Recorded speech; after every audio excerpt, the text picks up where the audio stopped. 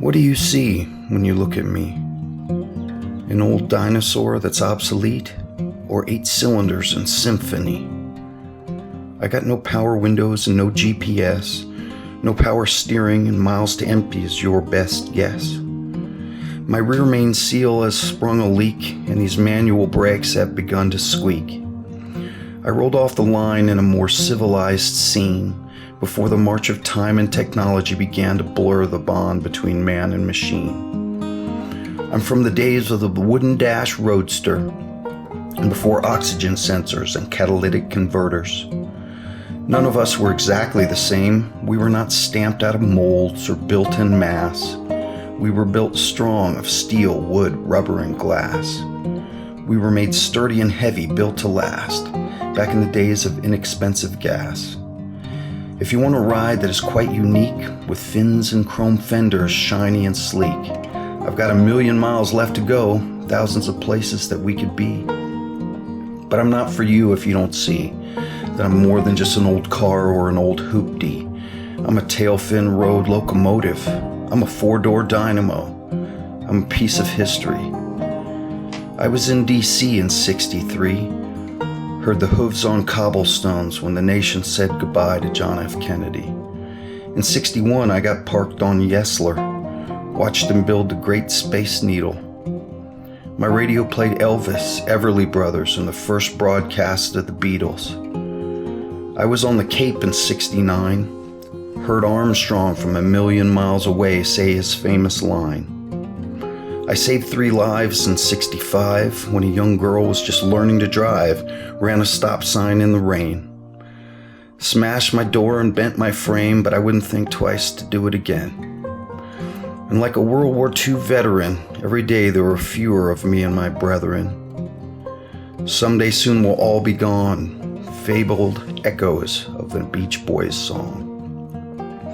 You can find us in the fields, barns, and in backyards, wasting away in states of decay, or scattered along these lost highways.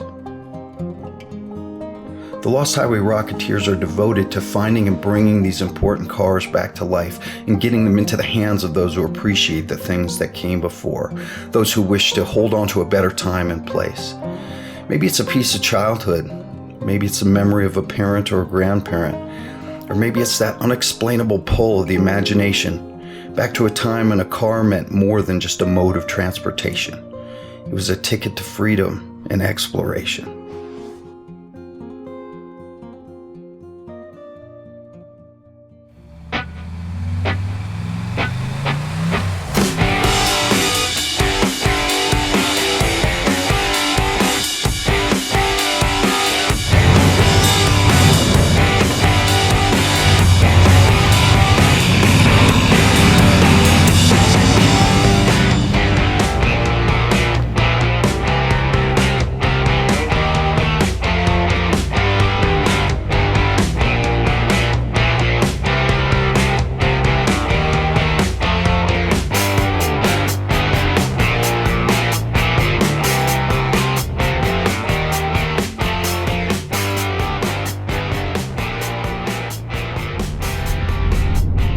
This is so cool. A beautiful Saturday morning. We're out for a cruise. 1970 Oldsmobile 442. It's got a 455 factory original motor in it. What's the rear end's in? 323. So this very powerful car, but it was also built for families, so it's one of the more comfortable muscle cars to drive. So if you're in the market for a car that's not going to beat you up going down the highway, 442 might be the way to go.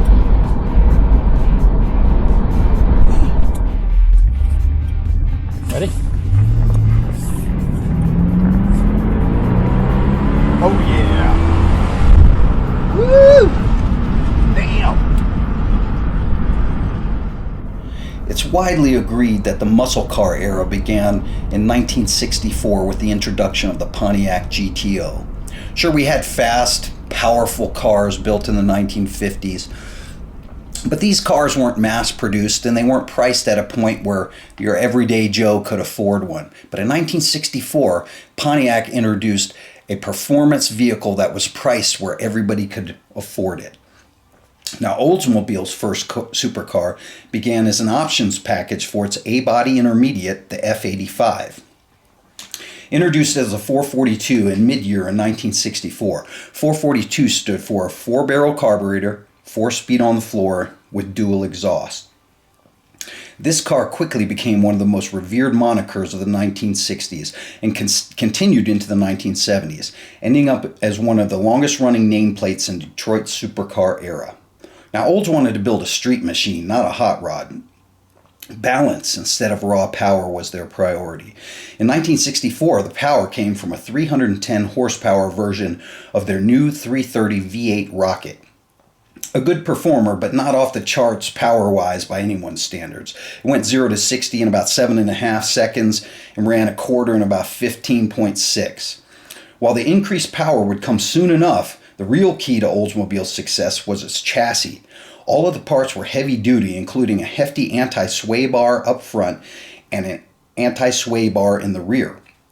This rear stabilizer helped keep the tail in line and greatly reduced body lean, which helped keep more rubber on the road for better handling through corners. Now, at first year in 1964, Oldsmobile didn't push the marketing that hard, and they only sold 3,000 units that year. But in 1965, with a 345 horsepower, 400 cubic inch big block V8 under the hood, the 442 legacy truly began, with sales of over 25,000 units. The Olds W30, or the W machine, a truly hot 442 with W30 Ram Air big block option, debuted in 1966, helping put Olds into the upper echelons of muscle cars of the era. By 1970, the 455 cubic inch W30 442 was running with all of Detroit's best supercars.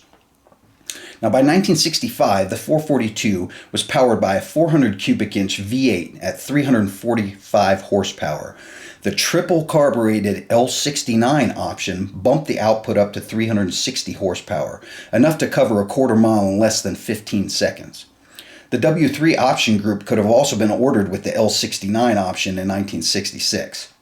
Included was a bigger cam, stiffer valve springs, and a ram air system mounted below the front bumper.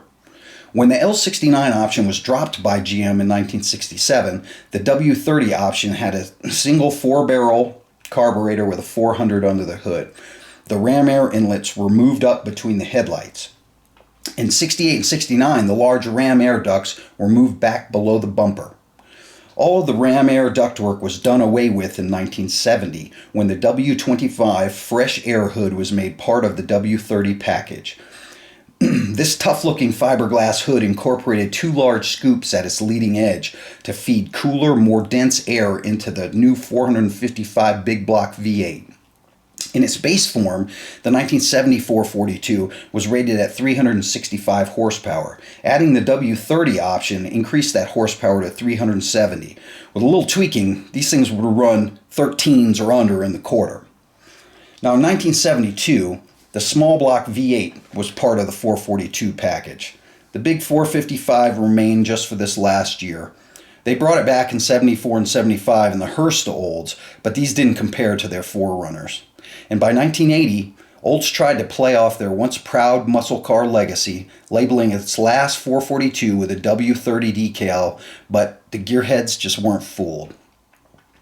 1 year after horsepower hit its peak in 1970, tightening emission standards forced a drop in compression with power cutbacks to come.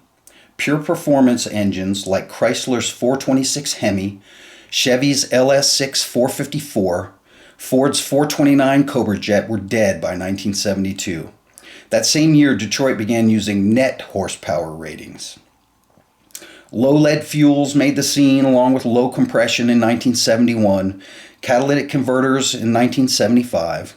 Low performance was the instant result. By 1978, Hot Rod Magazine and Carcraft were talking about pickup trucks and custom vans. The muscle car era was officially over.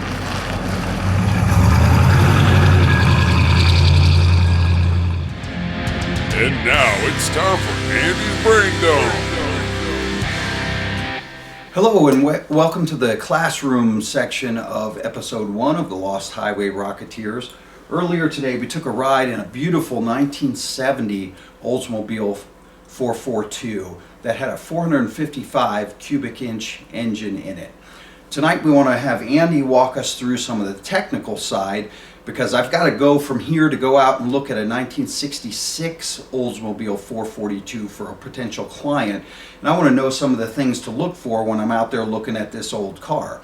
So on this board here we've got head and block, and each of the codes A, B, C, D, E, F, G, H, K, and J represent something when they're printed on the head of the engine. And as far as the block goes, you've got a few different letter designations that represent some things when it comes to the engine and the year of the car. So Andy's going to talk to you a little bit on some of these technical things that are beyond me, but he knows these things backwards and forwards. So why don't we start with the head stuff? Sure. On an Oldsmobile, and this is for a 10.62 big block deck height, the head number is always going to be on the corner. Okay. If it's a small block, it's going to be a number. If it's a 350 or something along those lines, it's going to have a number. So automatically right there you know, unless somebody's gotten really tricky, what it is. These are big blocks, letters, small blocks, numbers. Okay. So anyway, I'm going to start with 65 because I don't want to talk about 64 because it's an oddball.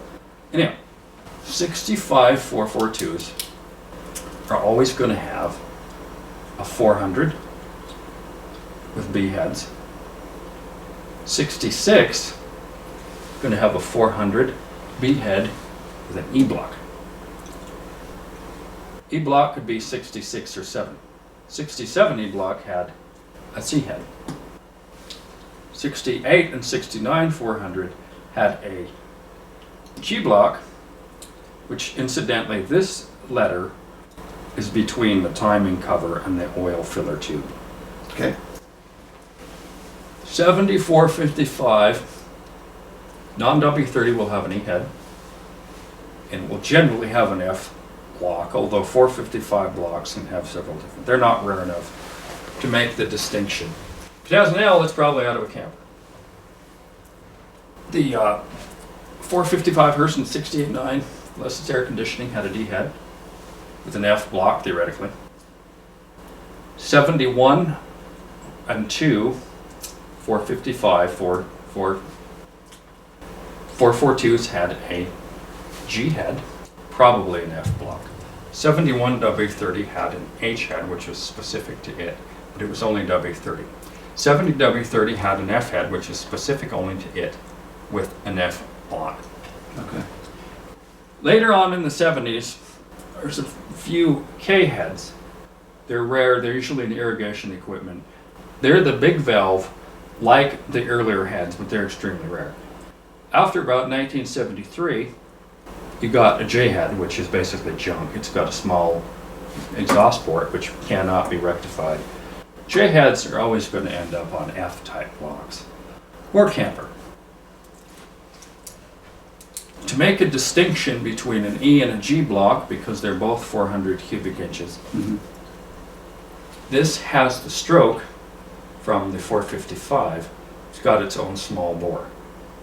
455 has the same 425 crank with the 4 1/8 bore of the 425. Okay. The problem with the early 400s, some 425s depending on whether it's a Tornado, is they have a 921 lifter. It's hard to get.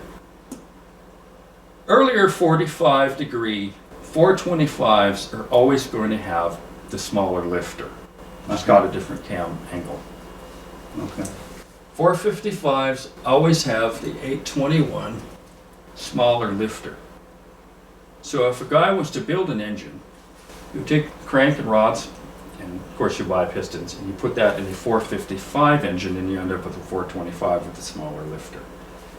Generally speaking, the easiest way to verify if it's a 442 is to look at the head number. Okay. You can look at the block number, but this is way, way, way more visible. So what I'm going to look at is 66 442. I want to find a B. Want a B on the head. And if it has an A, it may or may not be a W30, depending when it was made. Okay. A B head. With Then an an E block. Okay. Now, to somebody who's relatively new when it comes to engines that you want in your car, I know the 400 was a lot more rare than the 455. They made a lot of these 455s, but you seem to prefer the 400 over the 455. And you know, for just a novice, you would think you want to go with the 455. That's the bigger engine. Why do you like the 400 over the 455? 455s all have that 4 1/4 crankshaft. Okay. Now the only good running 455s, generally speaking, were the W30s, Hurst, and nothing else. Okay. So if you have a 425, it's got almost the same cubic inches, but it's got your 4-inch stroke. A 66 and 67 E block, it's basically 3.97 or 4. It's basically what's called a square. Because the bore and the stroke are very close to the same. Right. The reason they built this motor is because in 1968, because Olds was making all big cars for all their big blocks, they didn't want to produce different crankshafts. The problem is, if they would have used this crank with that, they would have gone over their 400 cubic inch rule. Okay. But they had an exception because in 68 and 9 they had a 455 in a Hurst, which was more than 400, but it was a special low production car that was made, custom built in California, Nevada, wherever it was. They got around that rule. In 70, all the 442s ended up with 455s because they lifted that rule. GTOs then got 455s, 442s, Chevelle's got 454, etc., etc., etc. Okay. So why do we have camper on here? What does that mean? Well, there's a lot of 455s in campers that people have thrown away the camper and the engine is lived. Okay. So if you were to ever find an L block in a Cutlass or 442, you know this motor came from somewhere. And it's probably always going to have this jump head on it because this is what most 455s had, because most of them were made in the 70s. Okay. If you're looking at W30 for 70, you have to be careful because people will oftentimes shave the E head and make it F. And this is maybe a $500 set of heads, and this is possibly $3,000, $4,000. H had 455 W30, maybe more like 8. Okay. Because if you have this, and you have a 71 W30, you've just made a car that's basically like a unicorn, and it's worth 2 or 3 times what a regular 442 and 71 is. Gotcha. The difference between the W30 was it had a bigger camshaft, and W30s always had factory ram air. So along with the ram air, they always got the better head until 72, because all 72s, 455 W30, had G heads, although a W30 had bigger valves in the G head, whereas the rest of them did not. Earlier on, a C head might be in a big car, but it might also have a small valve, unless it was a Tornado or 442, and then it had the big valve head. Although people can grind out the valve seats and put big valves in basically any of these except GA is hard because of the castings are so thin. As far as rarity goes, these are only 442s and a few station wagons. They got run pretty hard. Most of them were 4-speeds, and people wore them out. Spun bearings, whatever you do to really high revving engines. These will go to 7,000. These will stop at about 5,700 RPMs. As will this. Some people claim that a 70 W30 was the most powerful Oldsmobile engine, but it still had this problem right here.